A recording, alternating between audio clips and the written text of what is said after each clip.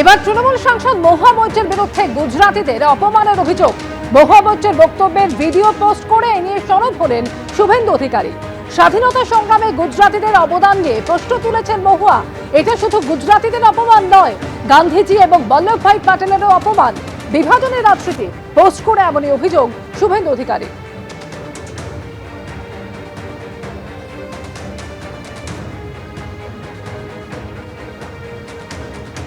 Who were the Gujaratis? Can you name me one Gujarati who was there?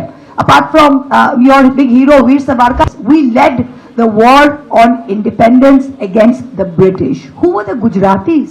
Who were the Gujaratis? Who were the Gujaratis? When you go to Kalapani, who do you see? Can you name me one Gujarati who was there? Can you name me one Gujarati who was there? Apart from your big hero Veer Savarkar, who only wanted to sit and write apology letters. Please let us know. Please let us know. আমাদের কারুর কোনো বক্তব্যে যদি কেউ আঘাত পেয়ে থাকেন, আমরা একদম একমত নই, সেটা তার ব্যক্তিগত বক্তব্য। আমরা গুজরাটিদের সম্মান করি এবং আমরা প্রাদেশিকতায় বিশ্বাসী করি না। আমরা বাংলাকে ভালোবাসি, আমাদের স্টেট বাংলা, কিন্তু আমরা ভারতবর্ষ এবং তার প্রত্যেকটি রাজ্যকে, এবং পশ্চিমবঙ্গ তো মিনি ভারতবর্ষ, তো এখানে গুজরাটের মানুষ থাকে, তারা আমাদের নিজেদের লোক। অন্য রাজ্যের মানুষ নিজেদের লোক, আমাদের কত লোক গুজরাটে থাকেন। তাহলে আমরা সবাই গুজরাট কেন, সকলকে ভালোবাসি। শুভেন্দু এসব সস্তা রাজনীতির যেন চেষ্টাটা না করে। কেন্দ্রীয় বাহিনীকে হুঁশিয়ারি বিতর্কের মধ্যেই মহিলাদের বার্তা দিলেন মমতা বন্দ্যোপাধ্যায়। তিনি বলছেন যে তিনি শুনেছেন আইটিবিপির ডিজি মেয়েদের চেক করার কথা বলেছেন। গায়ে হাত দিলে, অসম্মান করলে মেয়েরা প্রতিবাদ করবে, আপনাদের উপর হামলা করলে একজোট হয়ে রুখে দাঁড়ান। বড়োয়ার সভা থেকে আহ্বান তৃণমূল নেত্রী মমতা বন্দ্যোপাধ্যায়ের।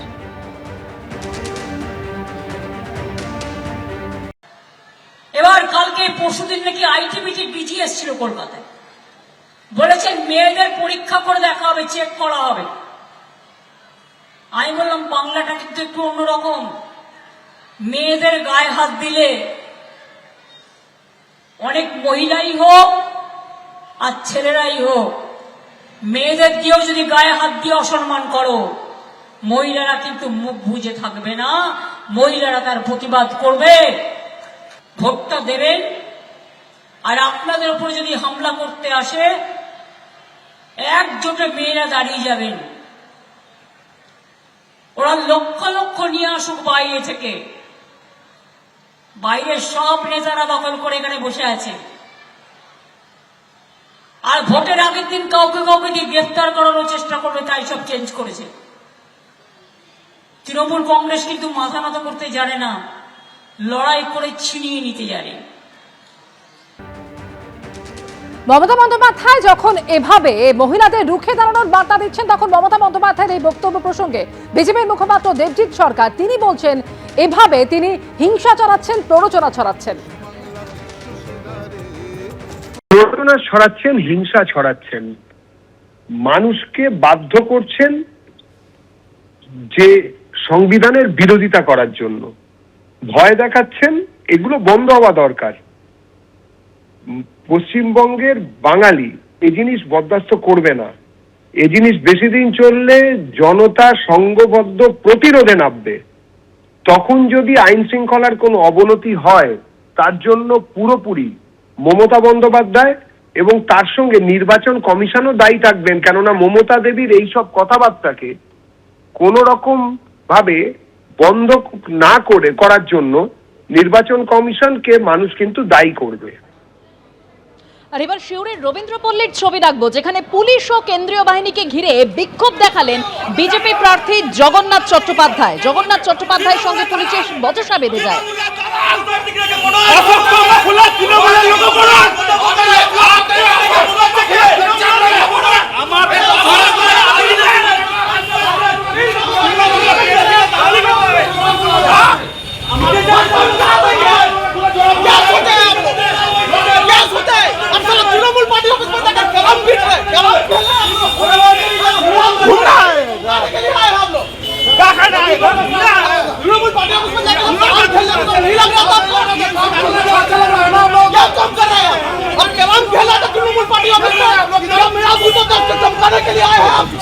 जहाँ चमकना चाहिए हमारे ही चाहते हैं, आप लोग कहाँ से आए? आप लोग कहाँ पोस्टेड है?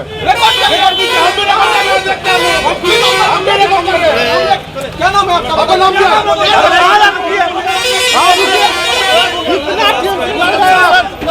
कितना ठीक से घर का हम लोग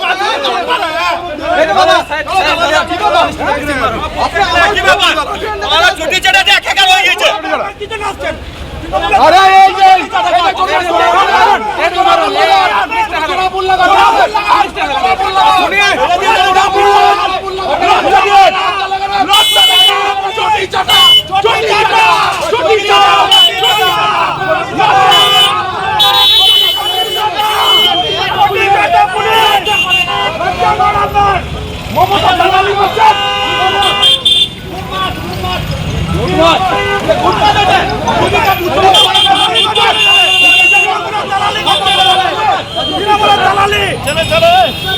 বিজেপি যা শুরু করেছে, কেন্দ্রীয় সরকারের পুলিশটাকে বিজেপির দলের কর্মী বা আরএসএস এর কর্মীরা ভাবতে শুরু করেছে।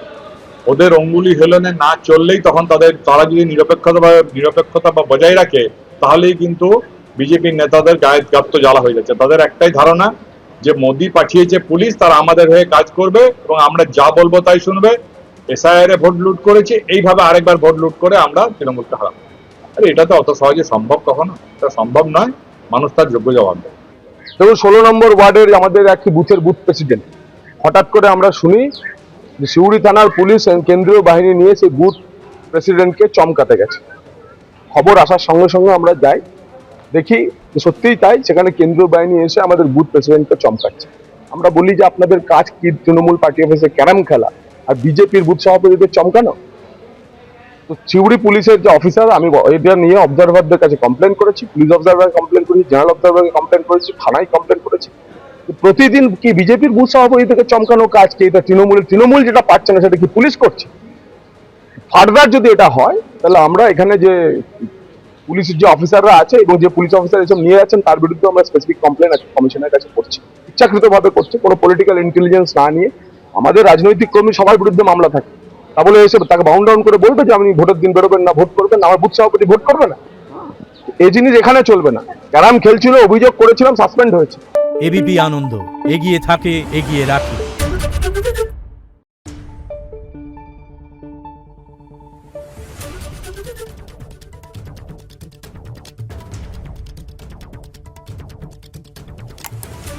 Thank you.